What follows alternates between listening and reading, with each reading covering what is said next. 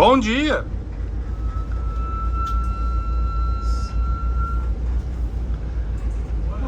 All right, well, I'm actually from here. I grew up 4 miles from where we are right this minute. So this is my neighborhood. Those big blue buildings over there, it clearly says Blue Origin on them. And that's owned by Jeff Bezos, who owns a little tiny company you may have heard of called Amazon. Yeah. And so he sells about $1 billion of Amazon stock a year to pay for his rocket factory over there. I'm kind of excited about his rocket factory. He has been there for about 6 years. He's been building new buildings. He has rockets in those buildings, and he has a pretty nice, beautiful new launch pad out there as well. And he hasn't launched one rocket yet. But when he does, I suspect that his rocket will be the 747 to space. He'll be able to take people and cargo. I think he's going to be the guy. Right now, currently, SpaceX, they're doing the job. They're doing a lot of the heavy lifting of doing things in space. Probably somewhere in about 5 years from now, we'll probably be launching a rocket every day from here. And speaking of rockets, we got one up here on the right. This is a Mercury Redstone rocket. And this is a real rocket too, by the way. It's not a model, it's not a mock-up, it's a real thing. And this rocket here is like the one that took our first American into space. Alan Shepard. On May 5th, 1961. I remember where I was. Now this is a tiny little rocket. You can just check the trees around it to kind of get a size of it there. Now that, just below the black and white stripes, that's the part that's a ballistic missile. Now the Army, they pull that around with a truck and trailer. The Navy, they stuck that part of the rocket in a submarine. NASA, we put a man on top of that thing. Now, Alan Shepard, when he was launched in his rocket, his whole flight lasted for 15 minutes. He got up to a top speed of 17,000 miles an hour, went 300 miles, and landed in the Bahamas. That's pretty much the opening scene of I Dream of Jeannie right there. Now that rocket, it is actually a 1961 Chrysler. Now, the Chrysler Corporation built that rocket for us. And it is also alcohol powered. You didn't need that to get on one of those. Yeah. I say that part of the joke sometimes. It always depends on who's on board. Yeah.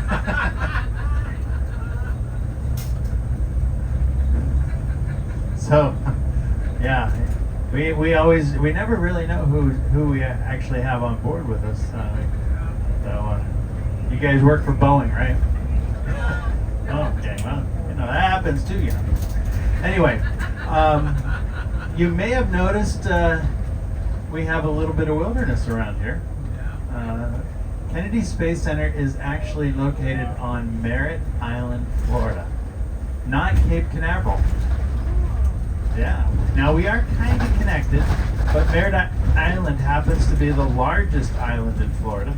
A little over 75 miles long, about 5 miles wide, and Kennedy Space Center occupies about half of the island. Now that means we have somewhere around 140,000 acres out here. That's equivalent to 220 square miles of prime Florida beach land. But out of all that land, we probably only use around 10% of it for the space program itself. The rest of it is designated as a blast zone, in case we need a blast zone for any good reason out here. And we have what's called the Merritt Island National Wildlife Refuge. They are the beneficiaries of that land that we use for that blast zone. Now, with that said, Kennedy Space Center is the second largest wildlife refuge in the state of Florida. The Everglades is the largest with over 4 million acres. Now, up ahead here we have this really big building in front of us. This is called the Vehicle Assembly Building. And this is the building that we use to put together the Apollo rockets, the space shuttles, and now our new space launch system, also known as Artemis. And we assemble them in here before we take them out to the launch pad. Now, this building happens to be one of the largest buildings in the world.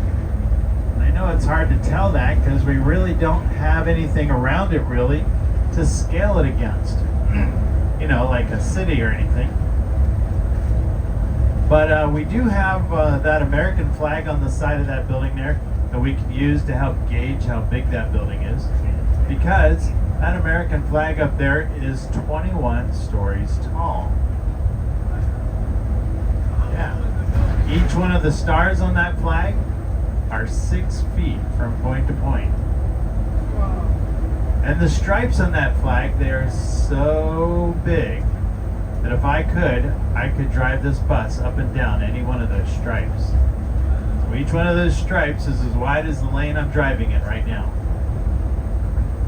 The blue section of the flag alone is the size of an NBA basketball court. Matter of fact, that building is so big, if we could chop the Empire State Building in half, we could get 3.5 Empire State Buildings inside there. It is the tallest one-story building in the world. Just one story. Now, if you look down the road here to the right, you'll see some towers down there. That's Launch Pad 40, where the rocket's supposed to have gone up earlier today. It'll be going up tomorrow, though.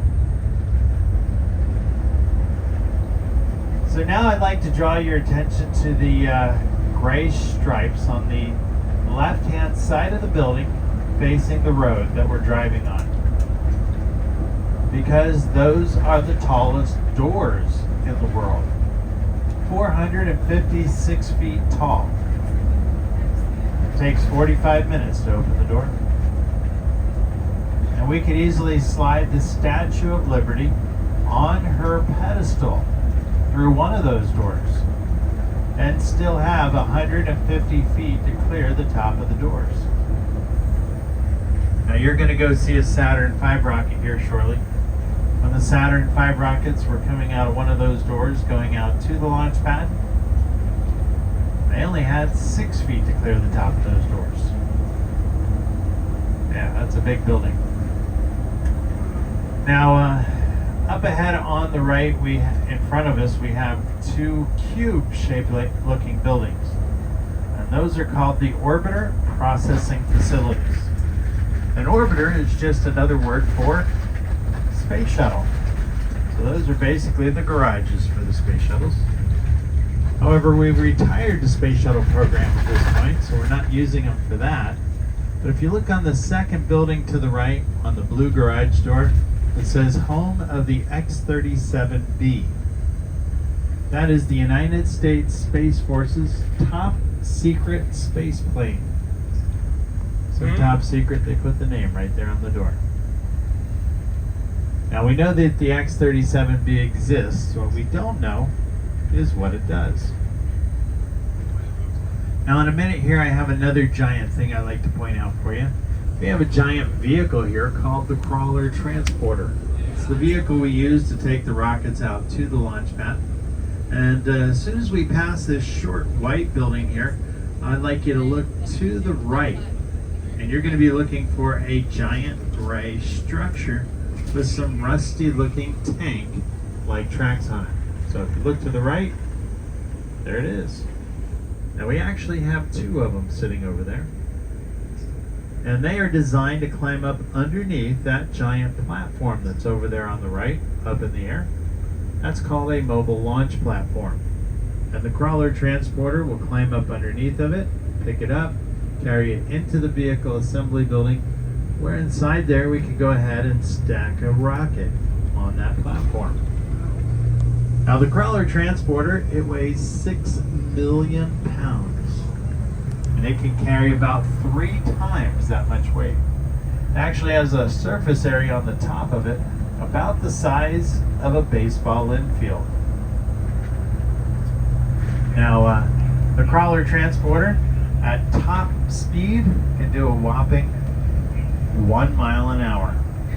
Yeah. Now, it's about 4 miles out to the launch pads from the vehicle assembly building, and believe it or not, it takes roughly around 8 hours to get the rockets all the way out to the launch pad. Now, we're getting pretty close to the Saturn V Center, and I'm going to be dropping you off in front of some silver doors, and you're going to be going through those doors, and we have a show for you to enjoy. Now, after you finish seeing the show, then you're going to go into the main exhibit hall, and we have lots of things for you to explore in there, including a giant rocket, a Saturn V rocket. Now, once you finish seeing everything that you'd like to see at the Saturn V Center, you'll be exiting through the gift shop, of course. Now, once you exit through the gift shop, there'll be some buses waiting for you when you get out. However, I might not be your bus driver at that point. So make sure that you collect all your belongings before you depart the bus. Now, where I drop you off, that is where you are going to come back to. That's where we'll put the scooter on at. And just to let you know, all our buses are wheelchair equipped, but not all our drivers are the same. So the next driver may have different instructions for you as far as loading the scooter. Okay? Now, all these rockets that you have up here, these are just like exploratory rockets that go way out in space, or are some of these rockets like military rockets that you build? We have all of the above. All of the above, okay. We have NASA rockets, civilian rockets, military rockets, rockets that go to the moon, rockets that go into orbit, rockets that go into deep space. It all varies. So every rocket launch that we do out here, depending on what rocket is, what its mission is, what its payload is, what time of day it's being launched, they are all very different when they launch. Okay.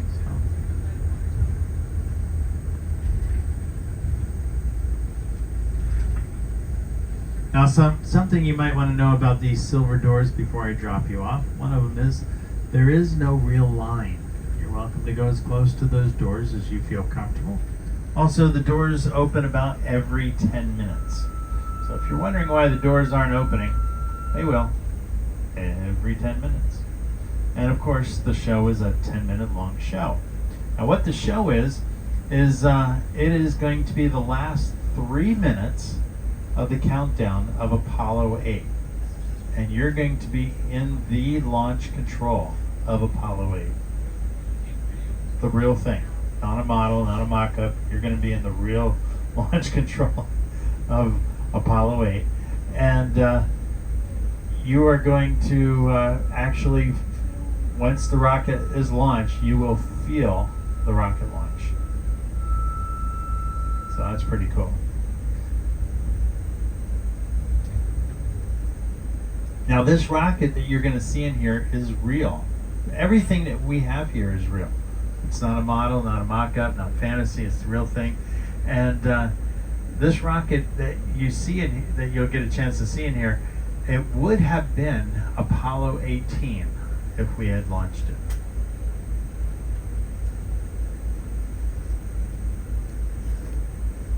You guys are full of questions, aren't you? Any questions?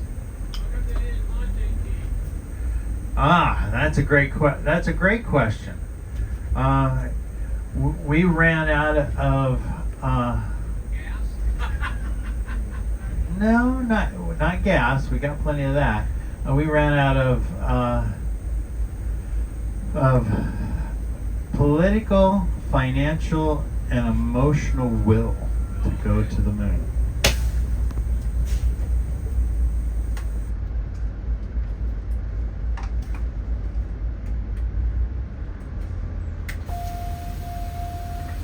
For from the time we started the Apollo program, there was a 7 years, During that 7 years, 25 cents out of every tax dollar went to NASA to get us to the That's moon. crazy. It's crazy. 25 cents. That's what ran out, was the political and financial will. Control 5 is active. See the floor that looks there. Copy 582. I'm on the moon.